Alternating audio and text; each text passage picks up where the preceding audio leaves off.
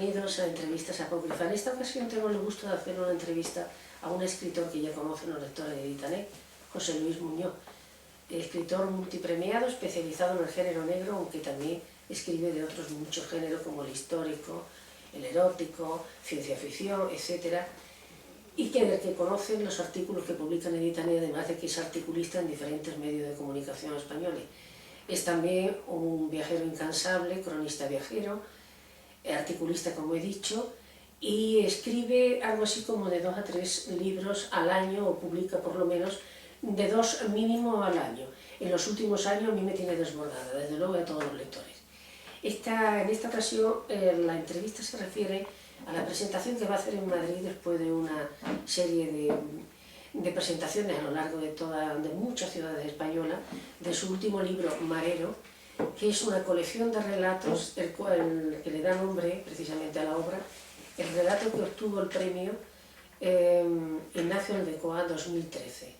Es un libro de relatos que tiene, entre ellos precisamente, cultiva todos los géneros, desde el relato policíaco, el poco erótico, el de, se puede decir, si no de ciencia ficción, también esa gama de misterio y de lo que no se puede explicar a primera vista, que es uno de los ingredientes fundamentales de su obra, porque todo el género negro siempre conlleva una parte de misterio.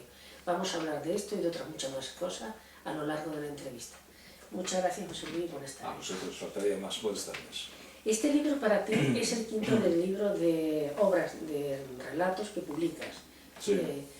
Porque además hace el número 39 de tus obras. 39, exactamente. ¿Y qué aporta esta nueva obra, que precisamente por ser un género de relato que cultivas menos que la novela, qué aporta a tu obra en general?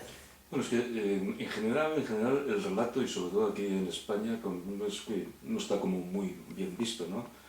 Los lectores suelen apreciar más las novelas, ¿no? Porque piensan una novela, incluso te diría una cosa curiosa, ¿no?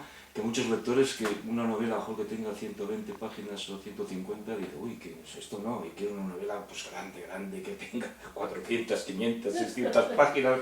Parece que mientras más peso tenga la novela, más calidad tenga, ¿no? Entonces, por eso te digo que el relato aquí está como un poco desprestigiado, ¿no? Y yo creo, precisamente, este libro, y cuando hago las presentaciones, reivindico, digamos, el valor del relato, ¿no? Porque el relato, en primer lugar, el autor lo suele casi escribir de una sola tacada, ¿no? Se le viene la inspiración, se pone delante del ordenador y lo escribe en un momento, ¿no? Un momento determinado. Y aparte, el lector también lo suele leer en un momento, en un instante, ¿no? O sea, mientras espera el autobús, coge el tren o lo que sea, pues pum, se lo lee de golpe, ¿no? Entonces, el relato tiene que tener... Es más complicado incluso, es más complicado que la novela. La novela es más laboriosa porque estás mucho más tiempo para hacer una novela. Pero el relato, así como con la novela, pues te puedes permitir de cuando en cuando pues, bajar el tono. En un relato no. En un relato tienes que ser de una intensidad y tiene que ser casi matemático, que funcione desde el primer párrafo hasta el último para engancharlo, ¿no? Y aparte del relato, en pocas páginas tienes que desarrollar toda una trama y cerrarla, ¿no? Con lo cual eso también tiene muchísima complejidad, ¿no? Entonces yo siempre, cuando presento este libro de relatos, siempre hago pues una especie de loa del relato corto, ¿no? Que es un género con el que yo me siento muy bien, con el que me gusta mucho cultivarlo. Lo que pasa es que tiene menos salida literaria que las novelas. Sobre todo en España, aunque últimamente parece que se está aumentando el número de publicaciones de libros de relato. Y Chesterton, en este caso, están saliendo todas sus obras, que lo está publicando, no recuerdo la editorial, Página de Espuma, me parece que es, está teniendo una gran exitazo. Y muchos autores sudamericanos, porque el relato en España no tiene la proyección que tiene en otros países de Europa. En Inglaterra le dan mucha importancia al relato. Y en Estados Unidos también, ¿no? Claro, es que incluso te diré, o sea, hay países como en Estados Unidos o en Inglaterra que has mencionado, que muchas veces, digamos, las publicaciones periódicas tipo revistas o tipo diarios incluyen relatos, ¿no? Entonces aquí no. Aquí hubo una época que sí, una época en que precisamente que yo colaboraba en esas revistas, en Interview, en Playboy y en Penthouse. Entonces hubo una época que sí que publicaban relatos. Y precisamente algunos relatos que están incluidos en Mareo son de esa época, pero lo habitual es que en los diarios o las revistas o los magazines de los domingos pues podrían incluir algún relato, ¿no? Y no los excluye. Como máximo a lo mejor hacer una excepción por el verano, ¿no? Que el verano que entonces que sí, que publican relatos, ¿no? Para la playa, ¿no? Sí, sí. Pero que verdaderamente es un género difícil. Ya decía Julio Cortázar precisamente que la novela se gana por punto y el relato por K. Sí, exacto. Una definición fantástica. Sí. No, y es que escribir un relato que tenga principio... Además, esto ya habitualmente en la literatura, esto de planteamiento, nudo y desenlace, ya es una cosa que pertenece a la literatura más clásica. Pero la técnica del relato es dificilísima. Muy difícil. Para poder hacer una pequeñita obra, que sea una obra que tenga calidad literaria y además el suspense que te acompaña a lo largo hasta el último momento. Claro. Y aparte, claro, o sea, estamos hablando del libro de relatos, hay relatos que son como muy largos, ¿no? Por ejemplo, Marero es un relato muy largo que tiene 20 y tantas páginas. El último relato, El último inquilino, también es muy largo, casi es una novela corta que tiene 35 páginas. Y esos relatos conviven con relatos que hay un relato que tiene 1 página y media, ¿no? O relatos que tienen 4 páginas, ¿no? Entonces, o sea, el relato, digamos, que también... Permite mucho juego. Muchísimo juego. Al escritor. Sí. Pero una pregunta, esta quinta volumen de relatos, lo has creado porque además pusiste el Marero como primero que le da el nombre y después lo demás. ¿Consideras que va a ser, por decirlo así, una ruptura o es una ruptura con tu literatura anterior en cuanto a la técnica narrativa tan importante? Yo creo que no, porque, vamos a ver, el libro este ha sido confeccionado de una forma así un poco aleatoria, ¿no? O sea, aleatoria, y te voy a explicar. Yo casi lo definiría este libro, si tuviera que hacer una definición, sería un menú degustación, digamos, de todas mis habilidades literarias en todos los géneros que he tocado a lo largo de mi vida literaria, que ya es larga, ¿no? Y entonces están en relatos que son, digamos, actuales, casi, o sea, actuales quiere decir que los he escrito hace muy poco tiempo, como por ejemplo El último inquilino, que fue un relato de encargo de Fernando Marías, precisamente, que tiene una colección de literatura fantástica y me pidió el relato ese. Y hay otros, que es una cosa curiosísima, que voy a comentar, porque me gusta comentarlo. Hay un relato que se llama Revoloteos, pues Revoloteos es un relato que escribí nada menos que a los 17 años. Y es de esos relatos, se estaba escrito a mano, estaba escrito porque entonces yo estudiaba en la Facultad de Filosofía y Letras en Barcelona, entonces escribía mis relatos en servilletas de papel. Entonces ese relato, no sé por qué, ha sobrevivido a todas mis múltiples mudanzas, que lo lógico es que se vayan perdiendo papeles en las mudanzas. Y hasta que llegué a Valladolid y un día digo, abro un sobre y me encuentro ese relato, lo leo y digo, oye, pues está bien. Bueno, estaba tan bien que lo pasé al ordenador, lo envié a un concurso y quedó finalista de un concurso de relatos negros, ¿no? Entonces por eso está aquí, ¿no? O sea, que hay relatos relatos que tienen casi 40 años de antigüedad y otros que son muy actuales. Pero pueden ser actuales, claro. Con 40, 50 o más años, en la actualidad de lo bueno, que pero fíjate que es curioso, o sea, gente que ha leído el libro me dice, o sea, Revoloteos es el más vanguardista de todos. Y bueno, pues bueno. Por eso... y es el más antiguo, y dice, es el más vanguardista de todos. Digo, pues bueno, pues sí. Tú no vas a presentar esto precisamente en una librería que está también dedicada sobre todo al género negro, que es el que tú más cultivas. ¿Qué piensas de la situación del género negro aquí en España? Que a pesar de todo, de que se está teniendo un gran boom, ahora como la novela histórica también, tan género que están subiendo, ¿qué piensas de la aceptación que tiene el público en general de la novela negra en España concretamente, en nuestro mercado? Yo creo que tiene buena aceptación, sobre todo, bueno, porque se está trabajando mucho, no a nivel institucional, sino digamos a nivel, digamos, de todos los amantes del género negro entre los que me encuentro, ¿no? Entonces, yo creo que para explicar, digamos, lo que es el género negro en España, pues habría que hablar, tendríamos que remontarnos a la primera Semana Negra, que de ahí, digamos, es la madre donde sale pues toda esta serie de festivales que luego se han ramificado por toda la geografía de España, ¿no? Hasta tal punto, por ejemplo, que yo acabo de estar en un festival que se llama San Roque Negro, que este ha sido el primer año, ¿no? Que es una ciudad muy pequeñita al lado de Algeciras, San Roque Negro, que es precisamente donde nació Juan Luis Galiardo. Tiene un teatro que se llama Juan Luis Galiardo, que ahí se presentó una versión dramatizada de mi relato marero. O sea, es casi difícil encontrar una provincia en donde no hayan, digamos, festivales de estos de género negro, ¿no? Y esto, bueno, quiere decir, pues bueno, pues que hay bastante aceptación con la novela negra, ¿no? Yo creo que si vamos a una librería y estamos examinando los libros, pues un 30 o un 40% pues podríamos decir que son de género negro, ¿no? Lo que pasa es que luego hay otra cosa, ¿no? Luego hay otra cosa que pasa, digamos, a los novelistas españoles, que tenemos una competencia feroz, por ejemplo, con los escandinavos, ¿no? Los escandinavos que han irrumpido desde hace unos cuantos años, y entonces están saliendo una cantidad de libros de escandinavos y estos realmente pues están haciendo sombra, ¿no? Y hay que luchar, ¿no? Hay que luchar contra ellos. Lo que pasa es que, claro, hay que tener también en cuenta que estos escandinavos vienen precedidos por muchísima fama, se publican editoriales potentes, y entonces esto, digamos, que merma un poco, digamos, nuestro público lector.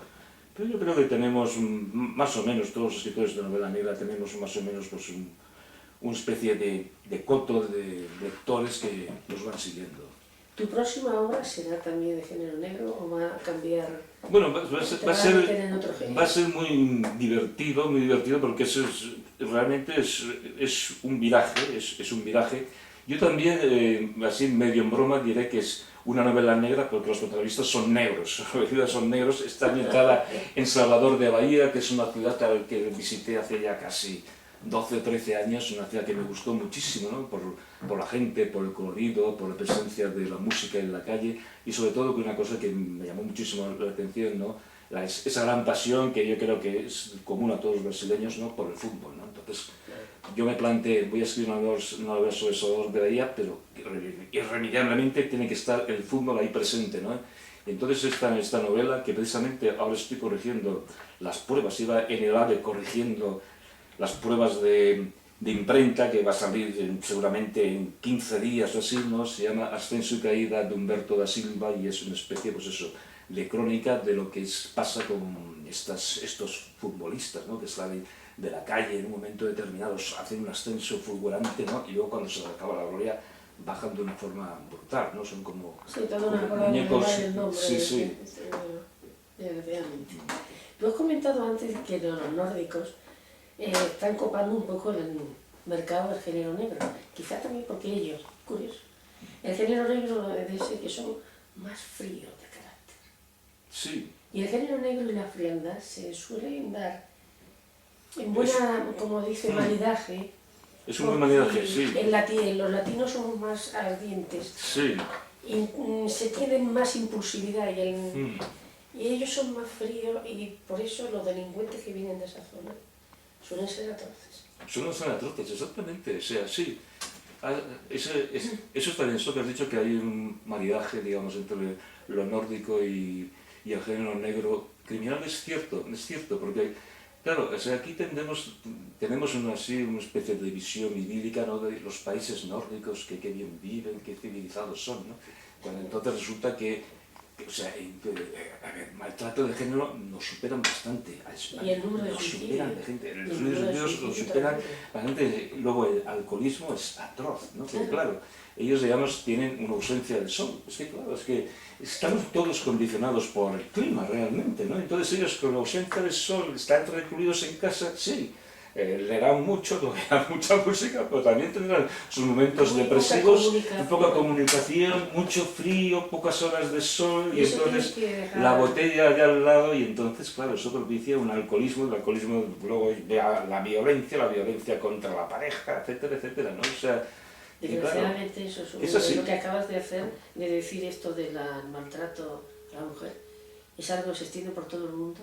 Como esto no cambie, va a llegar un momento que las mujeres no van a querer tener pareja ni nada, porque es que debería decir la Organización Mundial de la Salud a las mujeres en general: cuidado con el hombre, que es malo para la salud, como hacían con el tabaco, ¿eh? Sí, y es que, pero lo grave es que, claro, creemos, bueno, nos quieren hacer creer que no es así, ¿no?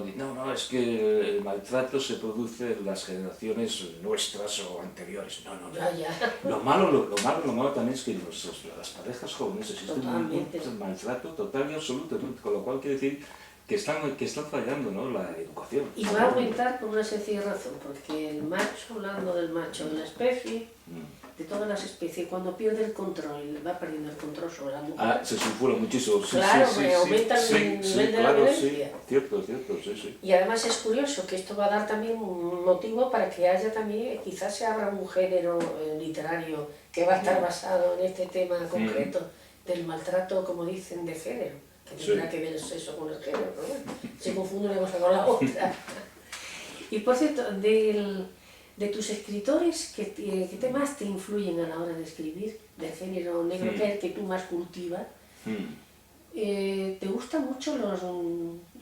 bueno, parece que has nombrado los nórdicos y sé que me has referido en otro momento que te gustan algunos escritores de la zona norte de Europa que se dedican a este género y los americanos especialmente. Los americanos, sí. Yo, vamos, en mi literatura creo que la influencia que tiene sobre todo es de los americanos. Y no solamente, digamos, de los novelistas americanos, que me gustan mucho, que los he leído, sino que creo que viene, y yo creo que puedo generalizar que casi todos los colegas de mi generación están influidos por un determinado tipo de cine. O sea, ese cine que se hizo en Hollywood, que era un cine extraordinario en los años 50, 60, en blanco y negro, que tenía como guionista a John Steinbeck, a William Faulkner. Claro, cuando ves esas películas digo, ostras, el guionista William Faulkner, digo, qué barbaridad, claro. Unos guionistas de ese calado, así salían esos peliculones extraordinarios, ¿no? Entonces, yo creo que, o sea, yo me he guiado mucho con el cine y he aprendido muchísimo del cine, ¿no? ¿Tú has sido crítico de cine? Sí, lo soy. Soy crítico de cine y voy a los festivales de cine. Ahora precisamente he estado en el Festival de Gijón y he estado antes en el de San Sebastián, ¿no? He visto que en total, no sé si 120 películas, o sea, una cosa brutal. Ya no veo más cine en todo el año, ya está, ya las he visto todas, ya se ha acabado, ¿no? Entonces, claro, yo, o sea, desde muy pequeñito siempre me ha gustado mucho el cine, ¿no? Porque es un arte narrativo que yo creo que es muy completo, ¿no? Porque es imágenes, es diálogo, es música, es ritmo, es todo, ¿no? Y entonces, digamos, mi influencia del género negro yo lo achaco sobre todo al género este negro norteamericano de los años 50, 60, que unas películas extraordinarias, ¿no? Luego, literariamente, claro, aquí me acuerdo que yo había leído mucho y me gustaban mucho las novelas de George Simenon, las del Comisario Medré. O sea, a mí el Comisario Medré me parece un personaje entrañable, ¿no? O sea, que ha escrito más de 1000 novelas. Sí, Simenon es una cosa terrible, la cantidad de novelas que ha escrito, y escribía muy bien todas, que todas estaban muy bien, ¿no? Pero era un personaje. Y entonces, creo, entre el cine y yo, Simenon, digamos que yo considero que han sido, pues, digamos, los que me han marcado bastante, ¿no? Y luego ya, digamos, cuando ya he entrado a publicar dentro del género negro, entonces ya me he ido interesando por otros autores americanos como Jim Thompson, Mac Baer, etcétera, W. Westlake, o sea, que son escritores extraordinarios. Y por eso también muchas de mis novelas negras están ambientadas también en Estados Unidos, ¿no? Porque, entre otras cosas también, porque conozco bastante Estados Unidos, viajo mucho a Estados Unidos, mi hermana es norteamericana, y entonces Estados Unidos... ¿Nació allí en Norteamérica? Bueno, no nació allí, pero lleva 40 años y tiene la nacionalidad norteamericana, vive en San Diego, en California, y entonces, claro, cuando voy a Estados Unidos, pues siempre cogemos el coche y hacemos unos viajes increíbles, ¿no? Por la costa oeste, el último hicimos por la costa oeste y desde California llegamos hasta Alaska, ¿no? O sea, toda la costa oeste, hasta arriba de todo, ¿no? Y realmente te das cuenta, o sea, que Estados Unidos es escenario todo ahí de novela negra, o sea, claro, todo es escenario de novela negra, o sea, veas lo que veas, aparte, claro, muchas de esos paisajes y de esos rincones los has visto en películas de género negro, ¿no? Entonces, lo reconoces, ¿no? Es un país que se presta... Se presta muchísimo, ¿no?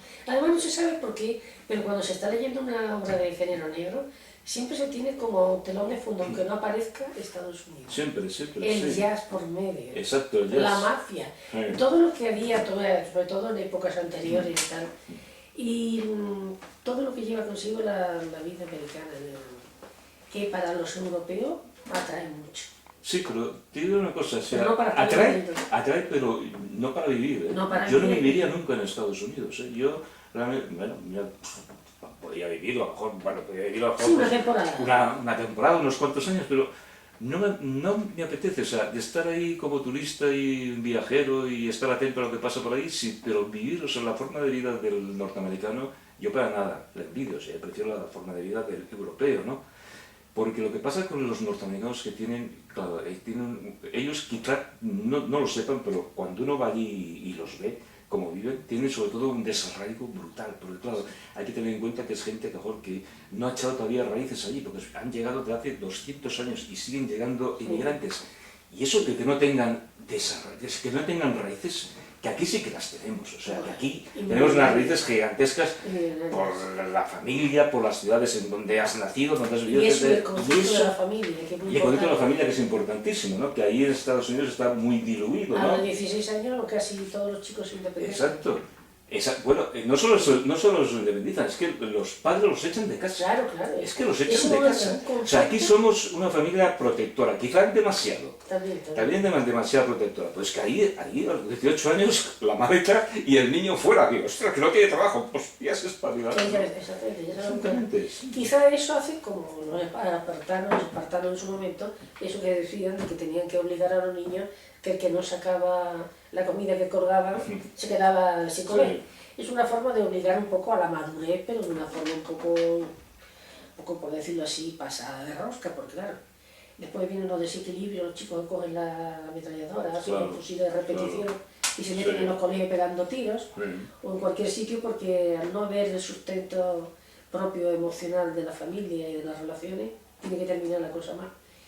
Por cierto, hablando de tus colaboraciones también, ¿qué sucede con las colaboraciones de viaje, National Geographic, Playboy, Penthouse? Pues fíjate, todo eso, yo llegué a colaboraciones en revistas en una época dorada, que fue hace unos 15 o 20 años. La crisis se fue todo. Y entonces me acuerdo, o sea, que al mes llegaba a publicar, no sé si 8 o 9 colaboraciones, una cosa salvaje, entre diarios y revistas, ¿no? Porque publicaba en revistas eróticas, publicaba en revistas de viajes, publicaba en revistas de moda, publicaba en toda clase, ¿no? Y todo eso pues se ha ido perdiendo. Ahora las colaboraciones, las que hay con la crisis y luego que, claro, los medios estos de papel pues están cayendo en desuso, todo está digitalizado, todo aparece en internet, las colaboraciones se pagan a la fatal o no se pagan.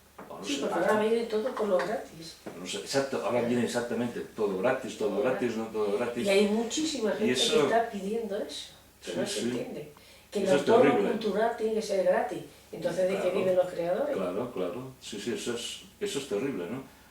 No, pero claro, con lo de la crisis los creadores realmente nos ha dado muy fuerte, no solamente porque, por ejemplo, se ha reducido muchísimo las ediciones que antes eran de 10.000 ejemplares, ahora es impensable, ahora te hacen una edición de 1.000 y contento, o de 600 y contento.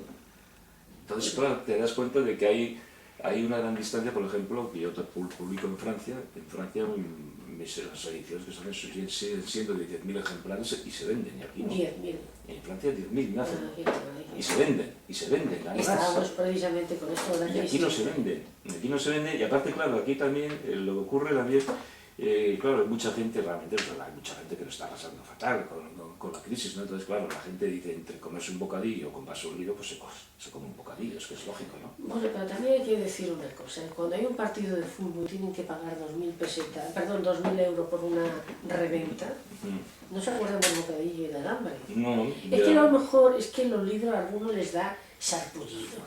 Sí. Estamos en un país donde se compra el libro a lo mejor para regalar a otro, pero que lo lea al otro, o lo ponga en su casa, pero no lo lee. Estamos en un país poco aficionado a la lectura y sin embargo dice, la gente que va en el metro suele ir leyendo, sobre todo las mujeres. Las mujeres las leen más. Yo vengo observando un detalle, no sé si te pasará a ti, que la gente que menos le gusta leer, lee unos libracos así de gordos. Sí. Se compran un libro y lo tienen para 10 años, debe ser. Sí. Porque las personas que les gusta leer o nos gusta leer, precisamente, yo compatibilizo 6 y 7 libros al mismo tiempo, de tal lectura, leyendo.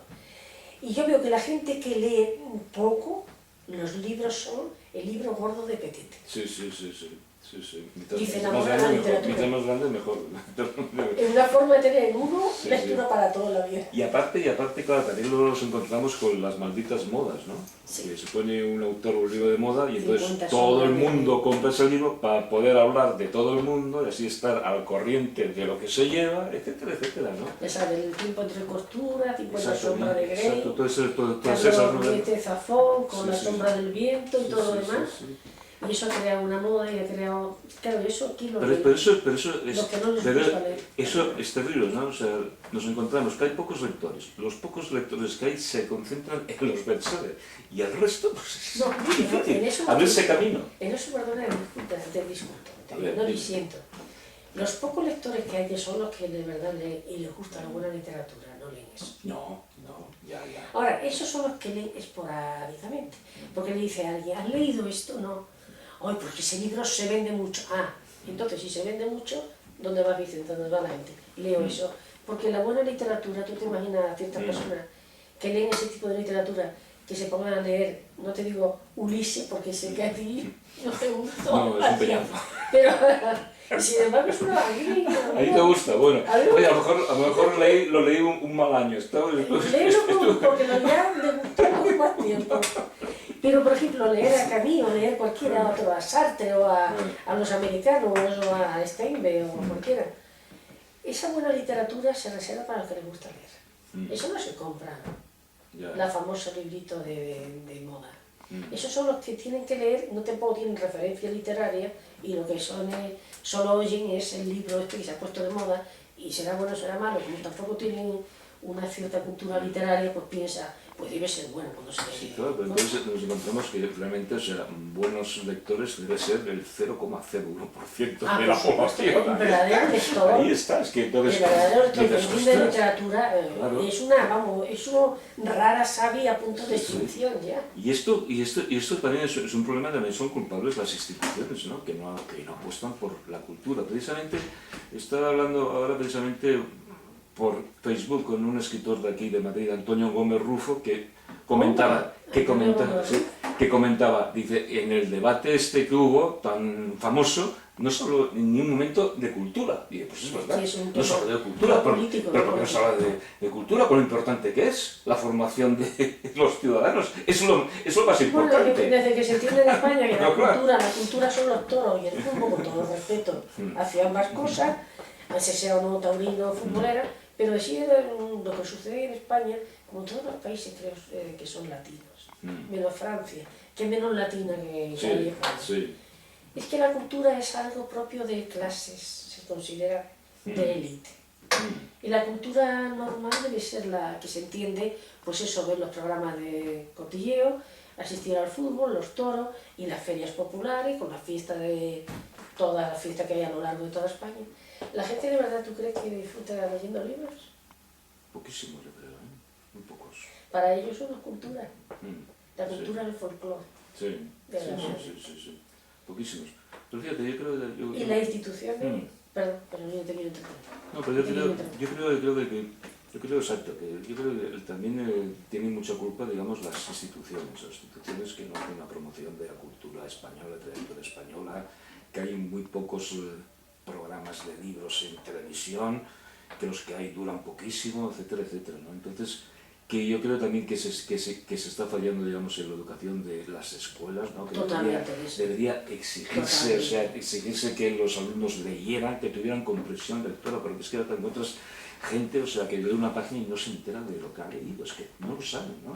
No lo saben, ¿no? Entonces está bajando mucho, digamos, los estándares educativos de España, ¿no? Por una cosa brutal. Yo tengo un amigo precisamente que daba clases de historia del arte y de historia, y entonces le llamaron la atención. Bueno, ahora claro, ella se ha enfadado y ha pedido la baja, ha pedido la jubilación anticipada, le llamaron la atención porque suspendía mucho. Yo digo, suspendo mucho porque tengo unos alumnos que no dan golpe, que son muy malos, que no estudian. Se llaman la atención, claro, y aquí se cree, mejorar la educación es que regalar notas, no, lo que tienen que hacer los alumnos es tener un cierto esfuerzo para aprender. Así está. Pero claro, La ley de resulta que a nivel institucional los superiores de esa profesora dicen, oye, tendrías que aprobar más, porque es que suspendes mucho. Más, que se lo merezca. Claro, que se lo merezca. Porque entonces es regalar, entonces ¿para qué sirve la educación?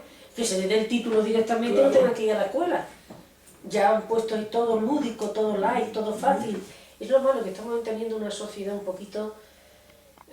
hay un autor, no lo quiero nombrar porque para que no la animadversión de los espectadores, voy a decir el nombre, que llama la masa cretinizada. Entonces, si a la masa cretinizada lo dan lo que ellos piden, es como las televisiones, tú lo sabes. Y encima, y en el cine también se ha dado durante mucho tiempo esto. Es que se hace estas películas, se da este programa, porque es lo que la gente pide. Sí, ¿Y cómo lo sabéis lo que pide? Claro. ¿O será que consume lo que le ofrecen? Claro. Si tú vas a un supermercado a comprar carne o a comprar cualquier producto alimenticio, te tendrás que conformar con lo que te están ofertando, porque no hay otra cosa. Claro, sí, cierto. ¿Cómo considera que está la crisis editorial en España últimamente? O la situación que se está remontando, parece ser que un político. Bueno, ahí vamos a ver, aquí en España lo que pasa, digamos, es que hay como dos grandes grupos editoriales, ¿no? Que son Planeta y Random House, ¿no? Y entonces lo que están haciendo es las pequeñas editoriales que están saliendo y que son más o menos rentables, las están comprando, ¿no? Están comprando, por ejemplo, Planeta, una de sus últimas adquisiciones es Tusquets. Tusquets era un sello independiente, lo ha comprado Planeta. Anagrama me parece que también lo ha comprado otro. No sé, realmente, o sea, las editoriales independientes ya casi que no existen, ¿no? Hay esos dos grandes grupos, ¿no? Y entonces realmente es un problema, ¿no? Para hacerse un hueco en las librerías, ¿no? Porque últimamente, o sea, antes mis libros se veían en las librerías, estaban presentes, estaban ahí, bueno, los veías ahí presentes. Ahora no, ahora están, digamos, en la página web de las librerías, o sea que si alguien quiere comprar un libro, pues tiene que pedirlo a la librería, dice, pues dentro de una semana lo tendremos, etcétera, etcétera, con lo cual es un desastre. Pero también, lo que pasa también en este país es que se publica muchísimo, se publica una cantidad de libros gigantesca. Y entonces, claro, es que los libreros no dan abasto para tener todos los libros, ¿no? Entonces un libro, a lo mejor, si es que lo tiene, que nunca lo tiene, a lo mejor lo tienen pues 4 o 5 días ahí expuesto y luego no lo compra nadie, fuera, mete otro, y otro, ¿no? Entonces estamos con ese problema, ¿no? Que es bastante grave. Y es que además, como también a grandes estas empresas que absorben, Planeta tiene 45 editoriales. Sí, una cosa salvaje, la cantidad de editoriales. Que claro, te metes en el grupo Planeta y entonces digo, esta ya, y esa también, y esta también, todos y esta, todos caen, ¿no? También como tienen contratado en la grande superficie, en la librería, claro, estantes concretos para tener su libro, pues donde no hay sitio para poner los otros, debajo de la mesa. Bueno, aparte Planeta tiene la casa del libro suyo también, todas las casas del libro. Era de Salva, esa de Salva Editores, que también la han comprado ellos, ¿no? Entonces, claro, y sin embargo, sabes, tú los conoces, uno está hablando hace poco tiempo en otros medios sobre la cantidad de escritores que se autopublican. Sí. Porque ahora se está considerando esto que si no tienes agente, no te publican. Y no puedes tener agente porque no te han publicado las grandes casas.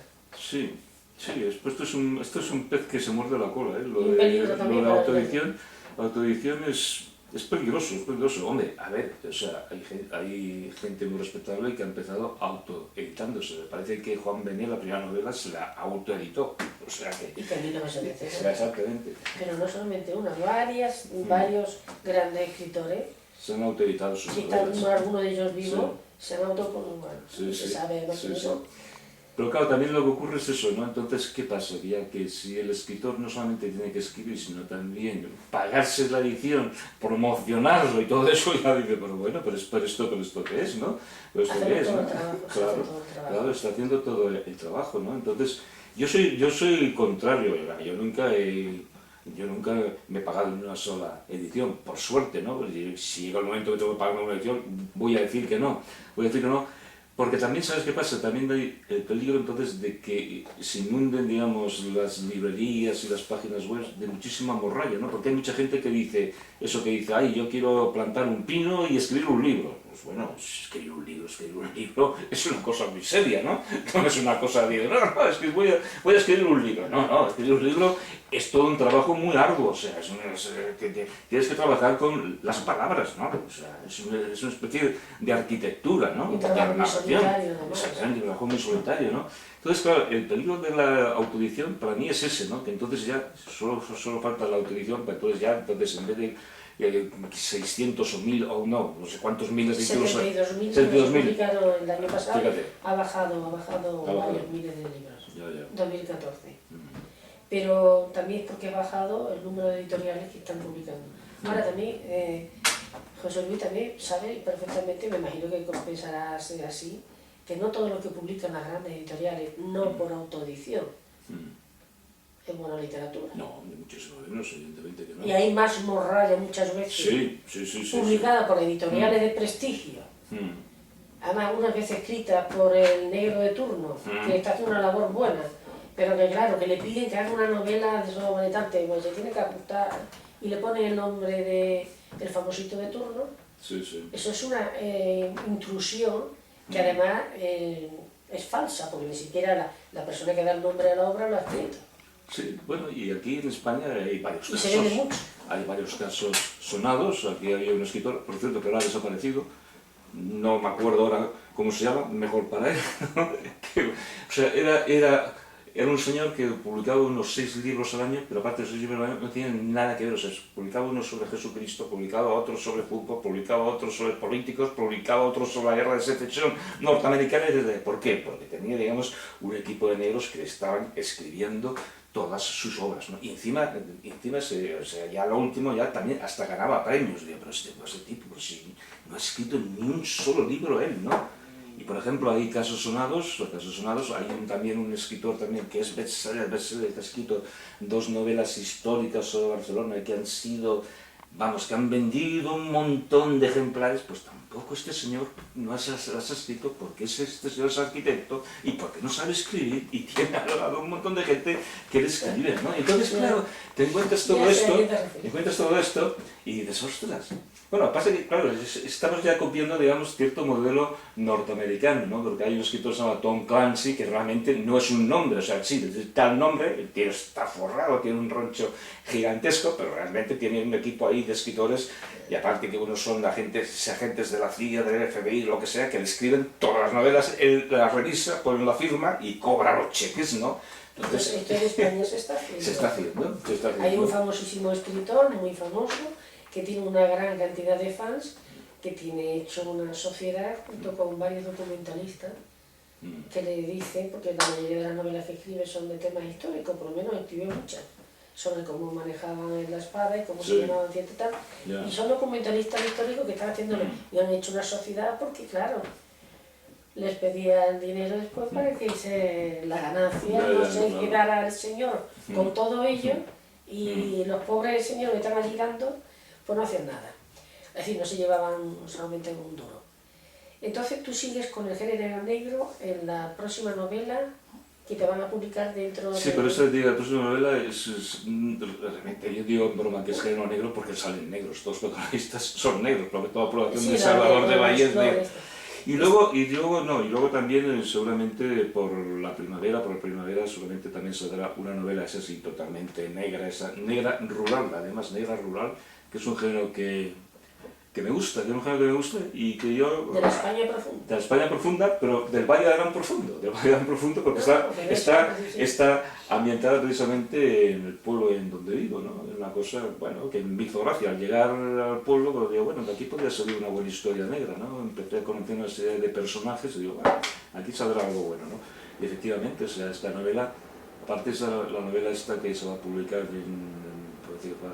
por lo que era del año 2016, es una novela que ha sido, bueno, fue finalista del Ateneo de Valladolid, del Ciudad de Salamanca, del Herralde también estuvo seleccionada, y al final ha ganado el premio de la Diputación de Córdoba, y entonces, bueno, se va a publicar el año que viene, y es una novela pues, negra, rural, que claro, en el género negro rural hay gente que se sorprende y digo, pues aquí tenemos un ilustre cultivador de género negro rural que dio el premio Nobel, Camilo José Cela, la familia Pascual Duarte, es novela negra, pero negrísima, ambientada en el campo. es rural, ¿no? Es una novela magistral, ¿no? De las mejores que ha escrito Camilo José Cela, ¿no? Entonces es un género, el género negro rural, que esta novela se llama Cazadores en la nieve, porque aparte hago una especie de homenaje, hay un cuadro muy bonito que yo lo tengo siempre presente, que es de un pintor flamenco, Burela el Viejo. Ay, qué maravilla. Es de mis pintores favoritos, es maravilloso, y hay un cuadro, es que realmente es algo muy emocionante, es muy emotivo, porque yo cuando era... Mi padre ha sido siempre un gran bibliófilo, tenía muchísimos libros y le gustaba mucho la pintura, tenía muchos libros de pintura, ¿no? Y yo siempre estaba hojeando sus libros de pintura, y entonces me fijé en ese cuadro de Bruegel, Cazadores a la nieve, cuando tenía 8 años, ¿no? Entonces la emoción gigantesca que sentí, sin buscar el cuadro, encontrarlo en un museo de Múnich, entrar así, un museo de pintura de Múnich, y ¡claro! En una sala me encontré el maravilloso cuadro. Después de 40 años ver el cuadro ese me quedé traspuesto. O sea, probablemente sentí un modelo, porque era un cuadro que lo tenía mitificado, ¿no? Y entonces verlo, aparte por sorpresa, sin esperarlo, sin saber que en ese museo, entonces, verlo en una sala del cuadro ese. Su hijo, de luego, el joven, no llegó, siendo un buen pintor, no llegó a la altura del padre. Para mí es un pintor, me parece a mí es... Y este no de los ciegos, se van cogiendo con el bastón. Sí. Y va, el primero que es ciego va conduciendo a todo al río, o al precipicio, me parece que era un río lo que había delante. Y es que además que tenía una luz especial cuando escribía, perdón, cuando pintaba, ya como lo escribí, pintaba todo esto, los escenarios estos llenos de nieve, parece que la nieve sale del cuadro.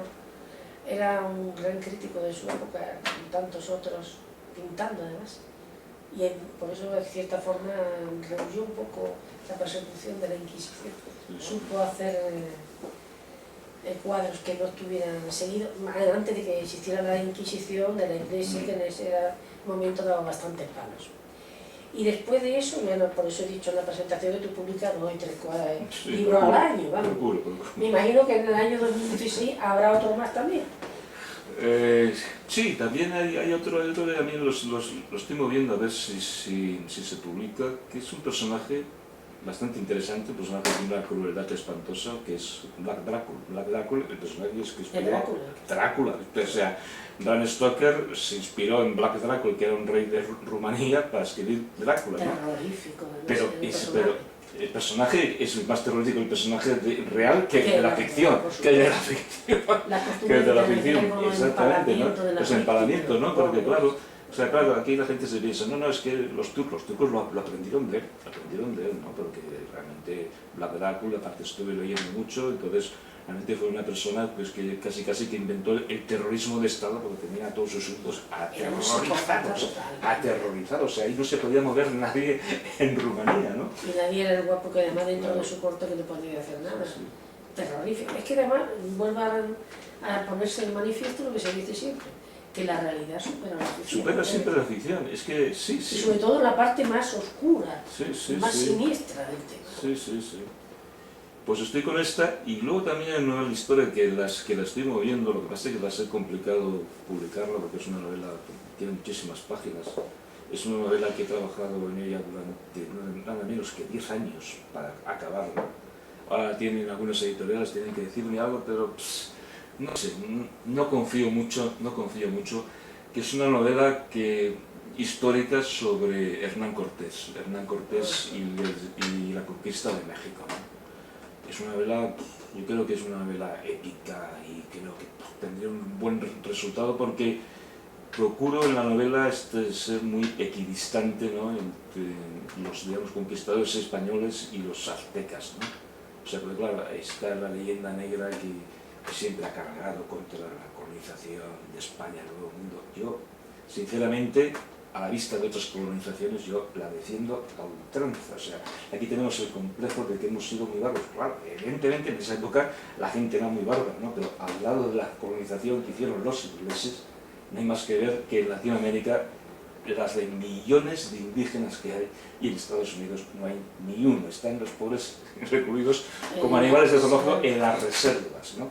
Entonces ya te digo... Y además ha llevado no solamente la lengua, la religión, bueno, ahora la religión está tan denostada en todos los aspectos, pero también una idea, eso decía un mexicano hace poco tiempo, enseñando precisamente la zona esta de... no recuerdo el nombre, ahora tengo una sublime, perdón. Decía el mexicano que, y además y se notaba que era descendiente de indígena, que él estaba contento de que hubieran entrado los españoles allí. Y porque con los rituales que hacían aquí los aztecas, que les cortaban la cabeza, despeñaban por los precipicios. Dice, cuando dicen que aquí han hecho barbaridad, que anda, que si hubiéramos estado todavía bajo la cultura anterior, dice, horrible, eso es horrible. Claro, es que dices, ¿por qué Hernán Cortés venció al poderosísimo imperio azteca? Porque todos los pueblos indígenas se pusieron a sus órdenes para acabar con la tiranía de los aztecas. O sea, porque, claro, yo, al escribir este libro me lo he comentado muchísimo, he leído, no sé si 15 o 20 libros de historia, y aparte, historia de los dos lados, ¿no? Del lado de los españoles y también del lado de los mexicanos, para tener una visión más o menos global y poderme acercar a la realidad, ¿no? Entonces, claro, los rituales aztecas eran abominables. O sea, los sacrificios humanos. Los sacrificios humanos es el pueblo más sanguinario de la historia de la humanidad. Es que no hay nada comparable a los aztecas, ¿no? Mujeres, niños, ancianos y jóvenes mataban. Unas veces era a base de cortarle la cabeza o tirarlos por las pirámides, claro. Yo estuve, digamos, hay unas pirámides que están muy cerca de México DF, las fui a visitar, precisamente también para ambientarme, ¿no? Y desde veces pensando en la cantidad de miles y miles y miles de personas que han robado por esas escaleras que tú has subido, que están oscuras, de la sangre que ha corrido por ahí, pero a mares, corría la sangre a mares, ¿no? Porque es curioso, ¿no? Porque los aztecas hacían las guerras para hacer prisioneros, para sacrificarlos. Única y exclusivamente, para cazar hombres, para hacer a los dioses. Tenían una religión nefasta, ¿no? Terrorífica, como todos los politeístas. Terrorífica, realmente. La mayoría de los politeístas, habrás visto que las religiones politeístas siempre son muy terribles. Porque los dioses luchan entre ellos. Y si le hace una ofrenda a uno, tienes que controlar al otro, o si no, otro se enfada y hay problemas. Tanto sucedía en la antigua Roma como antes de llegar al cristianismo, como en Grecia y como en toda la zona del lejano y Medio Oriente. Y hablando precisamente de Sudamérica, bueno, en este caso de Centroamérica, de México y demás, ¿qué opinas actualmente de la literatura sudamericana? Lo que famoso boom sudamericano, que ya en el año 68 ya, que van desapareciendo los grandes. Yo creo que se ha desinflado un poco, ¿no? Porque claro, con el boom de la literatura sudamericana, o sea, realmente aquí ya y es curioso, ¿no? Que el boom casi que estalló en Barcelona, o sea, porque en Barcelona fue cuando vino García Márquez, Vargas Llosa, en Barcelona, ¿no? Y allí se fue gestando el boom, curiosamente, ¿no?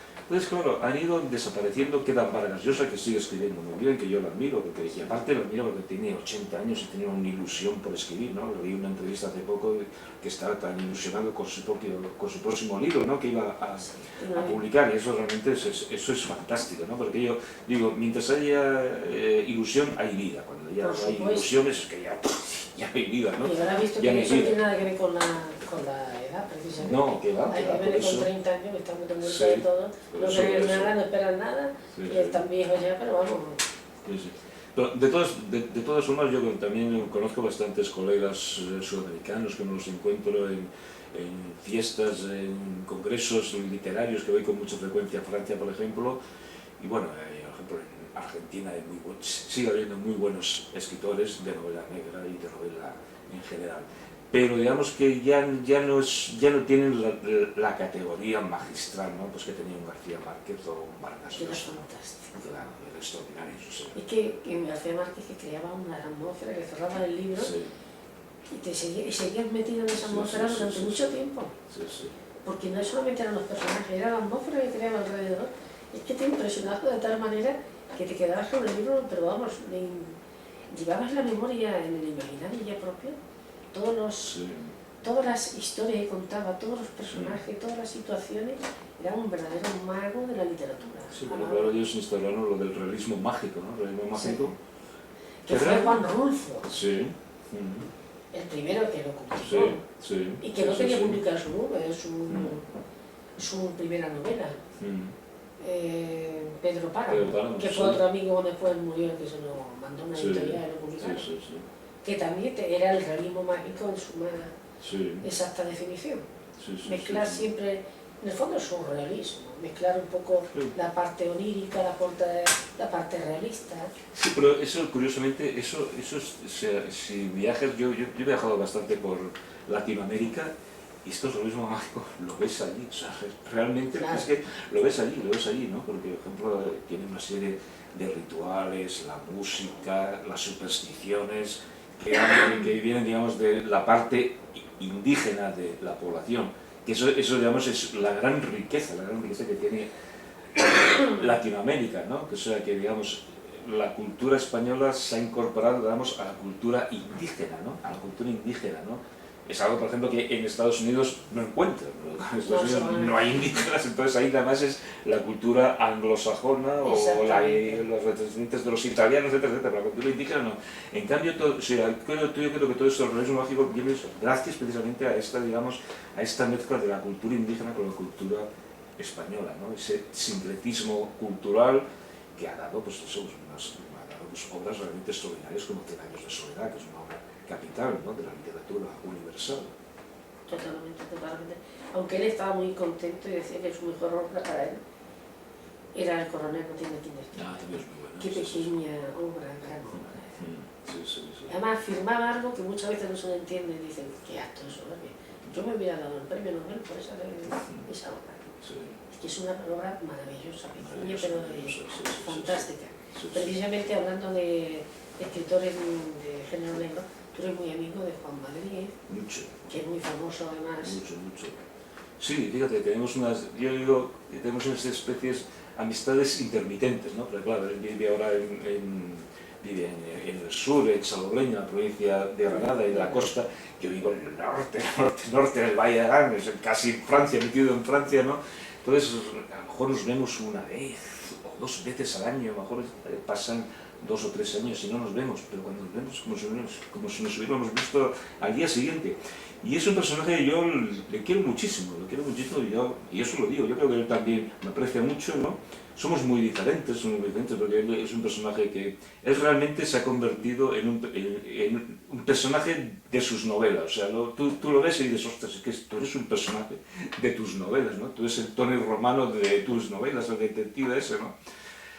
Pero es una persona que tengo una sintonía extraordinaria, es una persona que es muy generosa, es una que voy para el sur, y por eso precisamente en Málaga le pedí que me presentara el libro Marero en la librería Rayuela de Málaga y bueno, encantado. Aparte tuvimos la gran suerte de la presentación que se hizo en Rayuela de Málaga, que estuvo presente Jan Gibson, o sea, una cosa extraordinaria, hispanista, Jan Gibson y su mujer, que es una persona encantadora, y aparte, claro, es que también eran amigos de Juan Madrid, y entonces, bueno, luego tuvimos una cena fantástica hablando de muchísimos temas con Jan Gibson, ¿no? O sea, que fue... Qué maravilla la obra que hizo, ¿no? Precisamente ha publicado hace poco tiempo sobre García Lorca, la muerte, que considero que es lo mejor que se ha escrito. Sí. Y además dando una serie de datos que los demás parece que obviaban, que no eran solamente cuestiones políticas, sino otros temas lo que han llevado, desgraciadamente, a la muerte de él. Era una persona espléndida, escribió sobre Paracuello e hizo algo que es de respetar a un intelectual. Cuando digo yo soy socialista, pero tengo que reconocer, hablando del tema de Paracuello, que fue una auténtica canallada, eso fue algo. Y él habla sobre esa historia tan trágica que vivimos en la Guerra Civil Española, 12.000 personas fusiladas, y habla con una objetividad que no dice lo malo están aquí, lo bueno, que mucha gente, desgraciadamente, su ideología le puede más que la objetividad. Lo supo hacer verdaderamente, espléndidamente la obra de Paracuello por Miguel Avilés. Es una persona que admiro muchísimo. Sí, porque tuve la suerte de estar con él. Realmente, sí. Para ti, los mejores escritores de género negro, aparte de ti, que ya eres muy conocido del género negro, sí, el otro día me hablaron de ti en una cena. Le hablé yo y me dijo, uy, si lo conozco mucho. No sé si te conocía personalmente o que te ha leído mucho. Andrés Sorel, el que fue secretario general de la Asociación de Escritores de España. Pues no, que ha ganado el año 2013, tiene 60 obras publicadas, el famoso premio de José Luis San Pedro. Hombre. Andrés Sorel. Hombre, qué gran nombre también, José Luis San Pedro.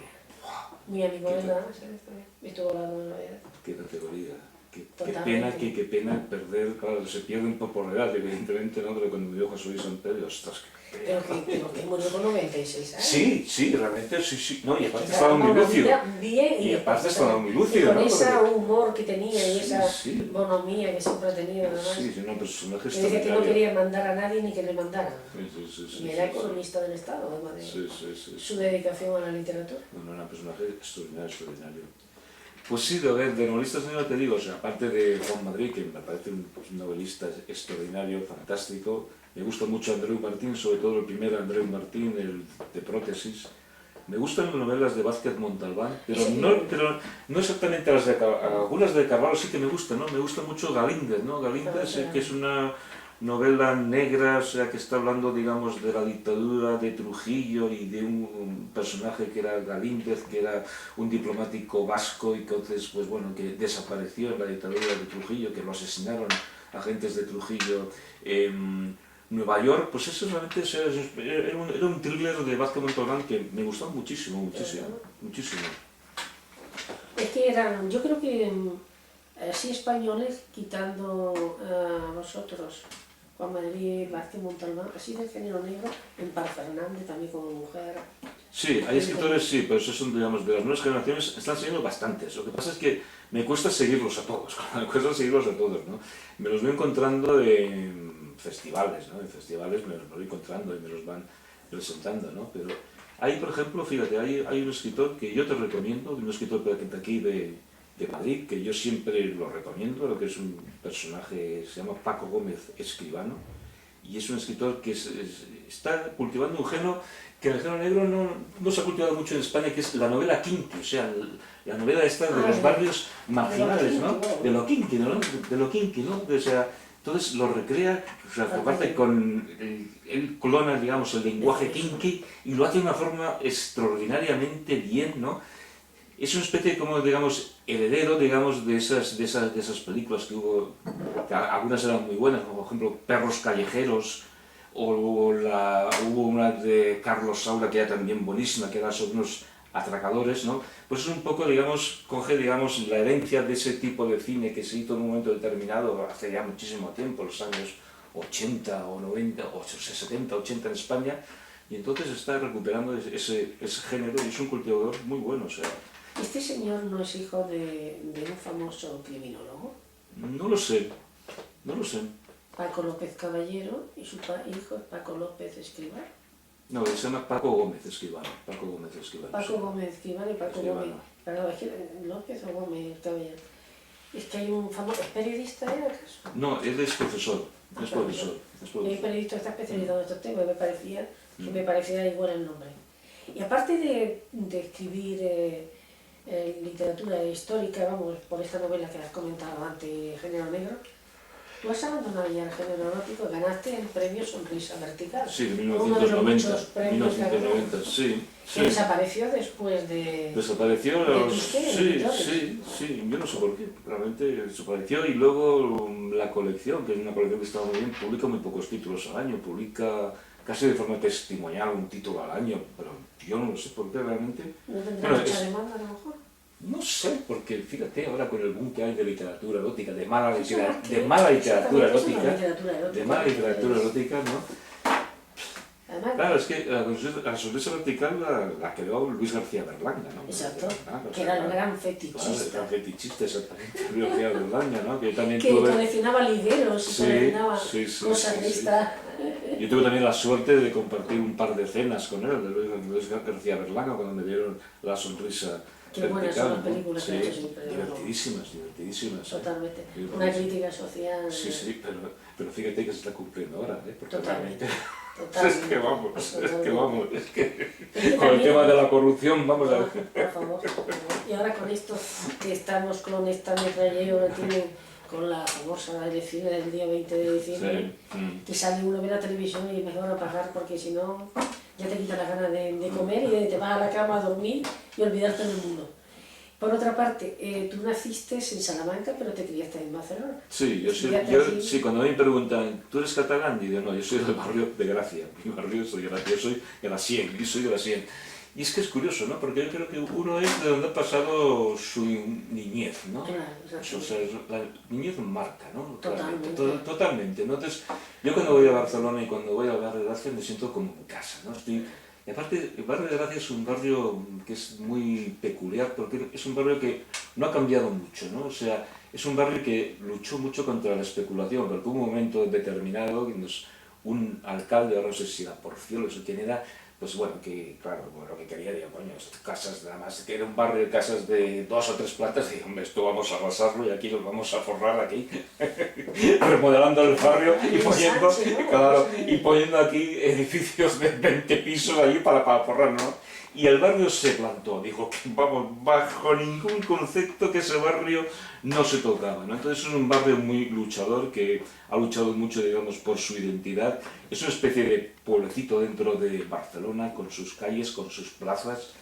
Tiene una vida cultural extraordinaria, tiene unos cines fantásticos y luego alrededor de los cines tiene una serie de restaurantes que son una maravilla. O sea, realmente en el barrio de Gracia me gusta muchísimo, aparte, claro, yo estoy paseando, cuando paseo por la Gracia, paseo por las calles de mi infancia, ¿no? Entonces siempre hay la nostalgia, ¿no? Y siempre cuando voy por la Gracia suelo ir a la casa donde yo estuve viviendo, ¿no? Y siempre miro la ventana, así en plan nostálgico la ventana, y veo, bueno, que el inquilino de ahora pues parece que lo cuida mucho, tiene muchas florecitas en el Feizar de la ventana, y digo, no piensa pues porque lo hago siempre. A Barcelona vivir por esto de estar en el mundo. Sí, bueno, es que yo vivo, vamos a ver, yo vivo a caballo entre Barcelona y en Barcelona tengo un apartamento bastante céntrico en la Diagonal, cerca del Corte Inglés de la Diagonal, a la salida de Barcelona precisamente, y luego tengo, bueno, una casita pequeña tengo ahí en el Valle de Arán, ¿no?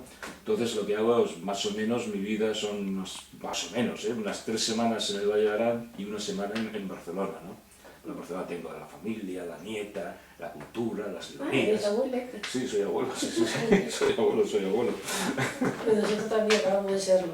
Ah, qué bien. Y eso que te cambia un poco la perspectiva. Sí. Los hijos de una forma y los nietos de otra. Sí, no, pero yo estoy contento. Al principio digo, ostras, abuelo, ya. Sí, la palabra abuelo... Parece como te pongan más años ya de los que tienes, ¿no? Pero luego dices, bueno, no, muy bien. Si luego no ya lo sabes, aceptas. lo mismo. Lo aceptas y dices, no, fantástico, no pasa nada, oye. Pues además, te parece como si también volviera un poco uno para atrás, como si tenía los niños pequeñitos y todo eso. Sí. Bueno, aparte es una delicia, o sea, yo tengo una nieta que es una preciosidad, es simpaticísima, ¿no? Y entonces le gusta mucho la montaña, cuando sube al Valle se pone a jugar con los caballos y con las vacas, fantástico. Maravilloso. Flore, tú tienes un blog que se llama El Corredor... La soledad del corredor de fondo. La soledad del corredor de fondo. ¿Últimamente lo estás actualizando con frecuencia? Sí, lo que pasa es que antes escribía mucho en la soledad del corredor de fondo y ahora lo que hago más que nada es publico lo que ya publico en otros medios de comunicación. En otros medios de comunicación, ¿no? Entonces todas mis colaboraciones que hago en El Cotidiano, en tu publicación en Editanet, y luego pues que toda la crítica literaria que hago en Calibre 38 y en Otro Lunes, etcétera, pues luego lo voy pasando, digamos, al blog, ¿no? Porque para que la gente que entre en el blog pues pueda leer cómodamente todo lo que he ido publicando durante todos estos meses. Colaboras en muchos sitios también, claro, porque veo la cantidad de nuevas colaboraciones que tiene y lo mucho que escribe. Pues tú eres un autor muy prolífico. Son 39 obras. 39 ahora serán 40, o sea, ya llevo... Será la crisis de los 40. La crisis de los 40, la crisis de los 40 ya llega, ya. Pero que tú quieres seguir tal como estás ahora escribiendo, o vas a hacerlo, no porque estás publicando 2 y 3 libros ahora. Sí, ha habido años que he publicado 3, ha habido años que publiqué 3 libros, sí.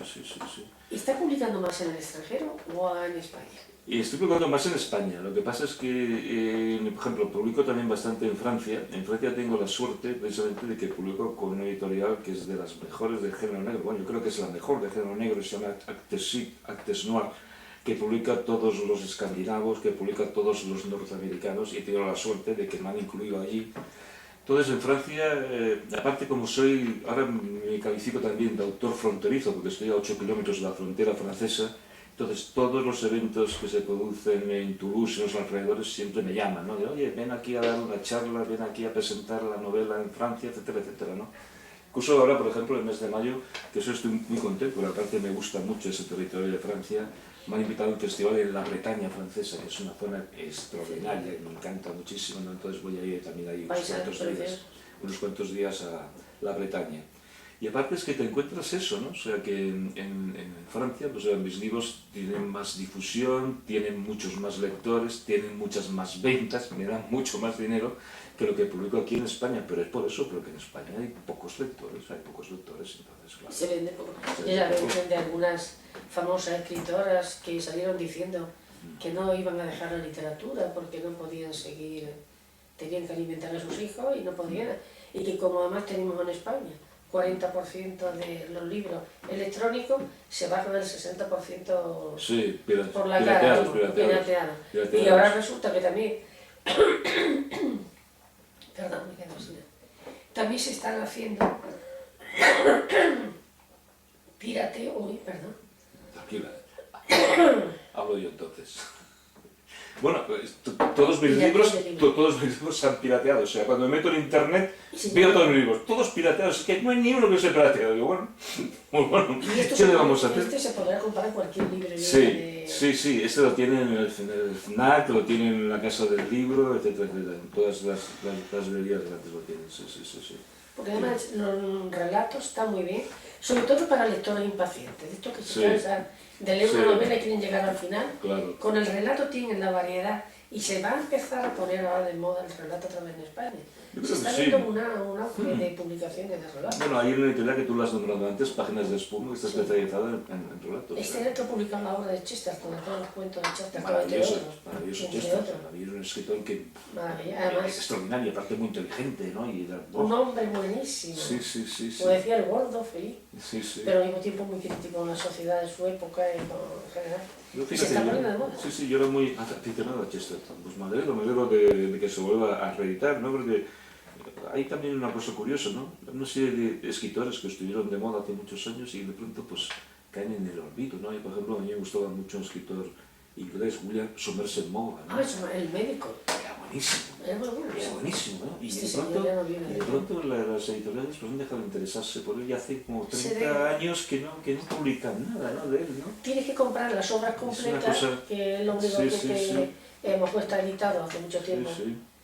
Otro de los muchos médicos que se dedicaban a escribir, que hay muchísimos. Sí, muchos médicos también, Bueno, hay muchos médicos y ahora también, hablando de novela negra, hay muchos policías que escriben. Una cantidad gigantesca de policías. El material se lo da su propio trabajo. Claro. Y además de primera mano, por decirlo así. Y como cosa curiosa y anecdótica, en un festival que estuve de novela negra que se celebra en Sagunto, que siempre me invitan y se llama Noviembre Negro, ahí estuve compartiendo mi espacio con 2 policías y un atracador, o sea, ya fantástico. O sea, con todos los personajes posibles. Qué gracioso, un atracador. Me imagino que no habría problema después. No, ya se ha regenerado precisamente gracias a la literatura. Daniel Rojo se llama. Es un personaje realmente muy curioso porque, bueno, atracó en su juventud, no sé si atracó 50 bancos, se acumuló una cantidad ingente de dinero. Lo que pasa es que, claro, era drogodependiente y entonces se lo inyectaba todo en la vena. Y precisamente se regeneró un poco a través de la literatura, en la cárcel, ¿no? Empezó a leer en la cárcel y dijo, ostras, pues... Y luego ya cuando salió de la cárcel empezó a escribir. Y ahora, bueno, ahora es un colega más, ya te digo, se codea con policías, con mozos de escuadra, con nosotros y nada. Y este señor me parece que también está dando cursos de conducción rápida a los policías. Puede ser. ¿Ya ha salido alguna vez en televisión? Sí, sale bastante. ¿Sale en televisión? Sí. Y para último ya, tú quieres hacer una incursión, no sabes cuándo, en ciencia ficción. Sí. También cambiar de... ¿Tú qué cambias, de género o de estructura narrativa a la hora de escribir? Yo, a ver, cada novela mía o cada libro me reinvento realmente, o sea, yo me adapto mucho al género, ¿no? O sea, y yo creo, a ver, lo importante cuando se empieza el libro es tener la música del libro, o sea, creo que la literatura tiene que ser muy musical y entonces un libro tiene que tener más o menos el mismo tono, ¿no? Porque si no, chirría, ¿no? Si no, chirría. Y entonces, claro, yo no soy el mismo cuando me pongo a escribir una novela histórica, porque cuando me pongo a escribir una novela histórica me gusta tener un lenguaje muy ampuloso, muy anticuado, muy de otro siglo, ¿no? Y cuando escribo una novela negra, ¿no? Y aparte, yo no soy tampoco el mismo cuando escribo, por ejemplo, una novela negra como la que publiqué el año pasado, que era Te arrastrarás sobre tu vientre, que era una novela negra ambientada en el barrio chino de Barcelona, a cuando escribo una novela negra que está ambientada en Estados Unidos como la frontera sur, ¿no? Entonces, yo voy cambiando según el género y según la historia, y también es una cosa curiosa, ¿no? Según, digamos, el momento anímico con el que empiezo a escribir un libro, ¿no? O sea, hay un momento, empiezo a escribir un libro, por ejemplo, hay un libro inédito, yo espero que se publique pronto, que es uno de los libros que me gustan más, lo tengo ahí en la recámara, ¿no? Que es una novela sobre el mundo de los editores y de los escritores. Es un libro que habla precisamente de lo que yo conozco más, ¿no? Que no sé por qué lo inventé en Múnich, porque es una ciudad que me gusta mucho, y es un libro curiosísimo, ¿no? Porque es un libro que de pronto me puse a escribirlo, y es un libro de esos que no tienen puntos y aparte, ¿no? De eso que una frase y otra, y otra, y otra, y otra, y otra, y otra, y así está, o sea, así lo mantengo el libro, y lo mantengo bien hasta el final de 300 o 400 páginas, ¿no? ¿Por qué lo hice así? Pues no sé, pues fue porque al principio de pronto me puse ante el ordenador y me salió la primera frase y luego ya he mantenido el mismo tono durante todo el proceso de construcción de la novela. Que es un poco lo que le pasó a Camilo José de Cela con Cristo versus Arizona. Ah, sí. Que no tenía punto y aparte. Sí, sí, sí, ya me acuerdo. Y sí, que sí, muchos sí. lectores creían que era un error No, era a la hora de hacer la novela. a propósito, sí. Son experimentaciones, Sí, lógicamente. sí. De todas maneras, ¿cuáles son los...? Eso siempre se lo suelo preguntar a todos los escritores. ¿Cuáles son para ti los 3 puntos principales de cualquier narración? La trama, el argumento, quiero decir, la técnica narrativa, la creación de los personajes y de atmósfera, Para mí o en la idea matriz de la novela. Para mí la creación de los personajes es lo más fascinante, ¿no? Lo más fascinante porque de pronto te sientes una especie de dios, ¿no? Estás creando seres vivos a través de la ficción, a través de una página escrita, ¿no? Entonces yo cuido muchísimo, digamos, la psicología de los personajes, ¿no? Porque claro, o sea, no van a decir, fulanito pues es alto, le gusta el vino tal y cual, no, hay que decir por qué es alto, por qué le gusta el vino, hay que describirlo saboreando el vino o saboreando determinado tipo de comida, etcétera, etcétera, ¿no? Entonces, hay una frase que me gusta mucho, un escritor norteamericano, que es también uno de mis favoritos, y me he olvidado de él, que es un escritor que realmente ha creado unos historias extraordinarias en unos libros muy largos, se llama John Irving. Pues John Irving dice que la literatura es sobre todo detalle, detalle y detalle, o sea, a través de toda una serie de detalles de cómo viste un personaje, de cómo camina, de cómo habla. Por eso es importantísimo también en mis libros los diálogos. Entonces, a través de todos esos se va armando, digamos, los personajes, ¿no? Van cobrando cuerpo los personajes, ¿no? Y luego también, para mí es muy importante los personajes, luego el escenario. El escenario también para mí es fundamental, ¿no? Entonces, por el escenario puede ser tanto paisajes, por ejemplo, en mi última novela que se publicará es paisajes, porque es el paisaje del Valle de Arán, paisaje nevado del Valle de Arán, como también, por ejemplo, pues puede ser paisajes urbanos, ¿no? Lo que yo siempre digo, ¿no? Que hay ciudades que son muy literarias y otras que no lo son, ¿no? Hay ciudades que nada más llegas a ellas y dices, ostras, aquí tiene que pasar algo, que aquí tengo que escribir una historia, ¿no? Que es lo que pasó, por ejemplo, cuando estuve en la ciudad de Caracas hace muchísimos años, ¿no? Que me invitaron allí, entonces nada más llegar, y digo, ostras, aquí tengo que escribir algo, una historia negra, evidentemente, por todo el ambiente que hay aquí. Fíjate cómo que ha ido ahora. Sí. Y fue, o sea, realmente es una cosa curiosa, fue llegar allí, me dieron el premio, salir por televisión agradeciendo y haciendo unas cuantas entrevistas y volver enseguida al hotel porque ya tenía una historia que ya, no sé, la había visto ya por la calle, ya, y fíjate que es curioso porque la historia esa luego se convirtió en una novela que fue La Caracaña del Maní, que luego ganó el premio Camilo José Cela, o sea, que una novela que, exactamente, y el Café Gijón, y el Café Gijón, el Tigre Juan, Azorín, Sonrisa Vertical, son los más importantes. ¿Y ahora sigue sin agente literario de hace un tiempo para acá? ¿O? Sí, tuve agente literario que me fue relativamente bien, porque me fue bien sobre todo a nivel de para publicar en el extranjero, en Francia, sobre todo. Pero luego a nivel nacional la verdad es que no no resultó. Y yo siempre digo que mejor el agente literario, quien mejor se vende, eres tú mismo, ¿no? Eres tú mismo, ¿no? Entonces, bueno, como yo tengo la suerte, tengo una trayectoria larga y tengo muchos premios y muchos libros, pues bueno, habitualmente, pues cuando voy a las editoriales con algún manuscrito nuevo, pues siempre me dicen que sí. Uno u otro editorial me dice que sí, siempre. Eso es una suerte que no Sí, todo el mundo tiene actualmente. sí. Y está habiendo problemas ahora de gente que le han publicado grandes editoriales y ahora se niegan rotundamente. Sí, cierto. Sí. Porque además, como decía hace poco tiempo un editor, si no tiene una persona, a un agente literario de Sudamérica que le decía, es que este escritor que le estoy recomendando es buenísimo, tiene todos los premios y demás. Y dice, sí, pero ¿cuántos libros ha vendido? Porque si no ha vendido más de 20.000 de la última edición, no le publico. Y entonces pasa que el escritor que no tiene agente literario no entra en una gran editorial, o por lo menos mediana. Y si no entras, ningún agente literario tampoco te representa. Sí. Y esto, vamos, la pescaría se muerde la cola y la desesperación, pero como decía Margarita, que a ti te gusta mucho, muchísimo. La famosa frase que decía siempre, hay que escribir siempre, a pesar de todo, a pesar de la desesperación. Sí. Y morir con las botas puestas escribiendo.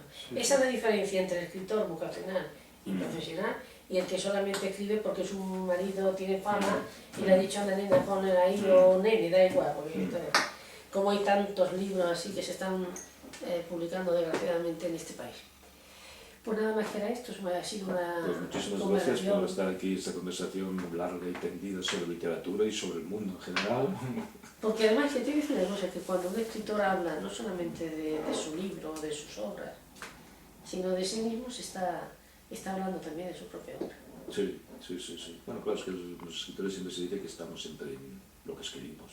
Por supuesto, lo quieras, una parte no que... lo quieras, ¿no? A veces es que lo sabe conscientemente, ¿no? Como Pon Roa lo dice conscientemente, pero a veces es inconscientemente. Una buena novela para Pon Roa. Sí, por cierto, que la feminista te buscaría en tu cabeza. Pues curiosamente muchas mujeres les gusta ese libro, fíjate. No, a mí me gustó. Por eso te digo. Pero una cosa que me guste la obra, y otra cosa es que para cierto hay que reconocer que eso es el erotismo visto por el hombre. Por el hombre, sí, claro, es que el personaje es masculino y está en primera persona, además. ¿Y cómo explica que las mujeres son las mejores escritoras de erotismo que hay? Es que el hombre va más hacia la genitalidad y la mujer va hacia la sensualidad. Sí, bueno, claro, tenemos ahí está Margarita Duras, perdón, Margarita Duras. Sí. Con el amante de la China del Norte. Sí, son unas novelas extraordinarias, me encanta. Totalmente. Pero claro, que sí, ahí pone mucha sensibilidad muy femenina, se nota que son novelas escritas por mujeres. Y las que escriben los hombres, también el sexo visto por parte del hombre. Sí. Y aparte, exacto, el sexo visto por el hombre es como dominador siempre, domina, sojuzga a la mujer, sí, tío. Bueno, yo también pienso que es porque la mujer... Me decía en una entrevista por escrito hace tiempo, en fin, que hay mujeres que les gustan ciertos personajes duros, con los que tú no te irías a tomar ni un agua de bichir. Exactamente. Sí. Bueno, que tú ya sabes que hay mucha gente que está loca y son masocas. Como esas señoras que se ofrecen para casarse con presos americanos que están condenados a la muerte o a 3 cadenas perpetuas porque han matado 40, 50, 60 mujeres y quieren casarse con ellos. Esa señora no le hace falta un psiquiatra. Sí, evidentemente, sí. La mujer, verdaderamente mujer, no se debe juzgar ni por ningún hombre ni por ninguna mujer, porque pide respeto para su propia individualidad. Toda esa mujer, tipo, no lo digo por la japonesa o la oriental, pero lo que se considera la geisha, que está al servicio del hombre, eso termina aburriendo a cualquier hombre. La prueba está que todas las que se han casado orientales con occidentales han terminado ellos diciendo que se aburrieron de tanta acostumbrada, como está tanta sumisión, claro, evidentemente, ¿no? Eso de la mujer sumisa y el erotismo, eso lo cultivarán los personas que son dominadoras, pero que hay gente que es dominador con el hombre y con la mujer, y con el vecino que tiene al lado, si se descuida, y con el compañero de trabajo, si se deja también. Sí. Porque quieren imponer su idea. Pero de todas maneras, me alegro que las feministas no te hayan pedido la cabeza. No, pero no. Estoy vivo todavía. No, ya veo, desde luego. Está muy acostumbrado a todo. Pues muchas gracias por todo. A vosotros, Muchas gracias por todo y por la atención y hasta la próxima ocasión. Buenas tardes. Muchas gracias, José Luis. No, más, oye. Adiós.